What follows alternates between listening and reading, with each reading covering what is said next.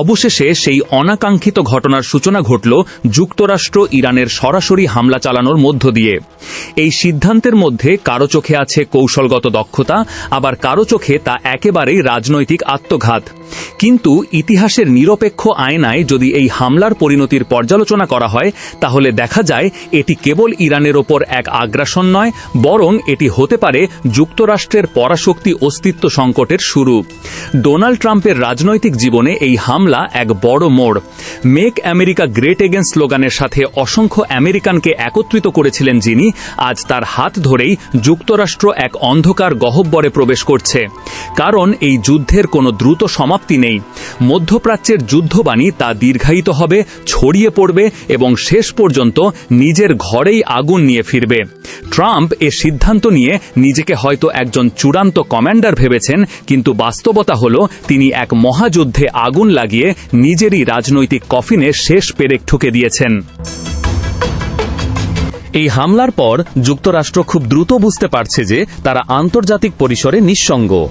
ইউরোপের পুরনো মিত্রদের অনেকেই এই পদক্ষেপকে বিপজ্জনক ও আত্মঘাতী বলে সমালোচনা করেছে। ফরাসি প্রেসিডেন্ট মাখো সোজাসাপটা বলেন, ইরানের শাসন পরিবর্তনের চেষ্টা হবে এক বিশৃঙ্খলার সূচনা। ব্রিটেনের প্রধানমন্ত্রী কিয়ার স্টারমার সরাসরি ট্রাম্পকে সতর্ক করে বলেন এই পথে না যেতে। আশ্চর্যজনকভাবে এমনকি ট্রাম্প প্রশাসনের ভেতর থেকেই প্রতিরোধের সুর শোনা যাচ্ছে। ভাইস প্রেসিডেন্ট জেডি ভ্যান্স, যিনি নিজেই ইরাক যুদ্ধে অংশ নিয়েছেন, মনে করেন শাসন পরিবর্তনের নামে এই ধরনের হস্তক্ষেপমূলক কৌশল ব্যর্থতা ছাড়া আর কিছুই বয়ে আনবে না। এ যুদ্ধে আরেকটি ভয়ানক দিক আছে, যেটি ইউরোপীয় দেশগুলো বিশেষভাবে চিন্তিত হয়ে উঠেছে। তা হল শরণার্থীর ঢল। ইতোমধ্যে সিরিয়া ও ইরাক যুদ্ধের পর ইউরোপের লাখ লাখ শরণার্থী ঢুকে তাদের সমাজ ও অর্থনীতি একরকম নড়বড়ে করে দিয়েছে। ইরান যুদ্ধে সেই সংখ্যা হবে আরও কয়েক গুণ বেশি। 9 কোটি মানুষের এই বিশাল দেশ যদি যুদ্ধের কবলে পড়ে, তবে তার একটি বড় অংশ ইউরোপে পাড়ি জমাবে। আর সে সময় ইউরোপের কল্যাণ রাষ্ট্র ব্যবস্থা ও জননীতিক ভারসাম্য একেবারে ভেঙে পড়বে।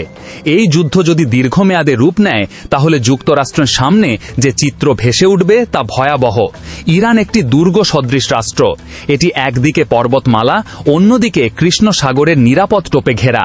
বিগত 40 বছরে দেশটি একটি আন্ডারগ্রাউন্ড মিলিটারি রাষ্ট্রে রূপান্তরিত হয়েছে।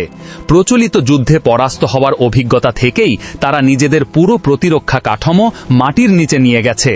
আন্ডারগ্রাউন্ড মিসাইল সিটি, সাবেরিয়ন বেস, এমনকি বিমান ঘাঁটিও মাটির নিচে। এমন কিছু লক্ষ্যবস্তু যা জিপিএস দিয়ে ট্র্যাক করা যায় না, ধ্বংস করা যায় না বিমান হামলায়, এবং ধ্বংস করতে গেলে একমাত্র বিকল্প হল স্থল অভিযান। কিন্তু যুক্তরাষ্ট্র কি সেই পথে হাঁটবে? একবার যদি যুক্তরাষ্ট্র স্থল অভিযান চালাতে বাধ্য হয়, তাহলে তারা প্রবেশ করবে এক দুঃস্বপ্নে। ইরান হয়ে উঠবে দ্বিতীয় ভিয়েতনাম। হাজার হাজার মার্কিন সেনা সেখানে প্রাণ হারাবে, আহত হবে অসংখ্য, কিন্তু বিজয় অর্জন হবে অসম্ভব। কেননা ইরান শুধু প্রতিরোধ করবে না, তারা লড়বে নিজেদের মাটি রক্ষার জন্য, যা একজন আক্রমণকারী কখনো পুরোপুরি বুঝতে পারে না। 2006 সালে লেবানন যুদ্ধে ইসরায়েল হিজবুল্লাহকে পরাস্ত করতে পারেনি। হিজবুল্লাহ কেবল টিকে গিয়েছিল, আর এতেই তারা জয়ী বিবেচিত হয়েছিল। ইরান যদি টিকে যায়, তাহলে আমেরিকা যুদ্ধ জিতেও হারবে। অর্থনৈতিক দিক দিয়ে যুদ্ধ যুক্তরাষ্ট্রের জন্য এক দুর্যোগের নামান্তর। ইরাক যুদ্ধ যুক্তরাষ্ট্রের খরচ হয়েছিল প্রায় $2 ট্রিলিয়ন। ইরান যুদ্ধ দীর্ঘায়িত হলে সেই খরচ পৌঁছাতে পারে $8 থেকে $10 ট্রিলিয়ন, অর্থাৎ আমেরিকার বর্তমান জিডিপির 1/3 বেশি।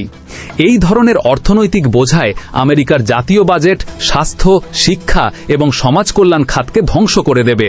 ডলার তার বৈশ্বিক আধিপত্য হারাতে শুরু করবে, আর যুক্তরাষ্ট্র পরিণত হবে এক যুদ্ধ জর্জরিত দেউলিয়া সাম্রাজ্যতে। তবে সবকিছুর চেয়ে বড় বিপর্যয় অপেক্ষা করছে দেশের অভ্যন্তরে। যুদ্ধ যত দীর্ঘ হবে, ততই বেড়ে যাবে জায়নবাদ বিরোধী জনঘৃণা। আজকের প্রগতিশীল আমেরিকানরা আগে থেকে ইসরায়েলের প্রতি যুক্তরাষ্ট্রের অন্তঃসমর্থনে বিরক্ত। এখন রক্ষণশীলদের মধ্যেও সেই বিরক্ত দ্রুত ছড়িয়ে পড়ছে। Tucker Carlson, Steve Bannon, Candice ওয়েন্সের মতো ব্যক্তিত্বরা যুদ্ধের বিরোধিতা করে শুধু ট্রাম্প নয়, ইসরায়েল এবং জায়নবাদীদের বিরুদ্ধেও প্রচারণা চালাচ্ছে। এ পরিবর্তনে আমেরিকার রাজনৈতিক ইতিহাসে এক গভীর বিভাজনের জন্ম দিতে পারে। ইতিহাসে আমরা দেখেছি 1918 সালের পর যুদ্ধবিধ্বস্ত জার্মানিতে ওয়াইমার রিপাবলিক গড়ে উঠেছিল। সেই সমাজে ইহুদি বিরোধিতার রাজনৈতিক মূলধারায় ঢুকে পড়েছিল। আজকের আমেরিকাও তেমন একটা পরিস্থিতি জন্ম নিচ্ছে। যুদ্ধের দায়ে যে জায়নবাদীদের ঘাড়ে চাপানো হবে সেটা একদম নিশ্চিত, এবং তখন রাজনৈতিক শুদ্ধি অভিযান শুরু হতে পারে। মিডিয়া, ব্যাংকিং, ব্যবস্থা, বিনোদন জগৎ এবং বুদ্ধিবৃত্তিক পরিমণ্ডলে। এ যুদ্ধ আসলে কেবল মধ্যপ্রাচ্যের মানচিত্র বদলাবে না, এটি যুক্তরাষ্ট্রের ভিতরেও এক বিশাল ভূমিকম্পনে কাঁপবে। আমেরিকা এই যুদ্ধে জিতলেও হেরে যাবে, আর হারলে তার নাম ইতিহাসে লেখা থাকবে পতনশীল এক সাম্রাজ্যের করুণ শোকগাথা হিসেবে। এই মুহূর্তে বিশ্ব এক মোড় নেওয়া ইতিহাসের সাক্ষী। কোথাও যদি এই অগ্নিসংযোগ থামানো না যায়, তাহলে খুব শীঘ্রই আমরা দেখতে পাব এক সুপার পাওয়ার কিভাবে ধসে পড়ে শুধু একটি ভুল পদক্ষেপের কারণে। ইরানে হামলা চালিয়ে ট্রাম্প নিজের পায়ে কুড়াল মেরেছেন কিনা সেটি ভবিষ্যতের ইতিহাস বলবে, তবে যে ধাক্কা আজ লাগলো তার কম্পন অনুরণিত হবে আগামী শতাব্দী জুড়ে। ইরানে হামলা চালিয়ে ট্রাম্প নিজের পায়ে কুড়াল মেরেছেন কিনা সেটি ভবিষ্যতের ইতিহাস বলবে, তবে যে ধাক্কা আজ লাগলো তার কম্পন অনুরণিত হবে আগামী শতাব্দী জুড়ে।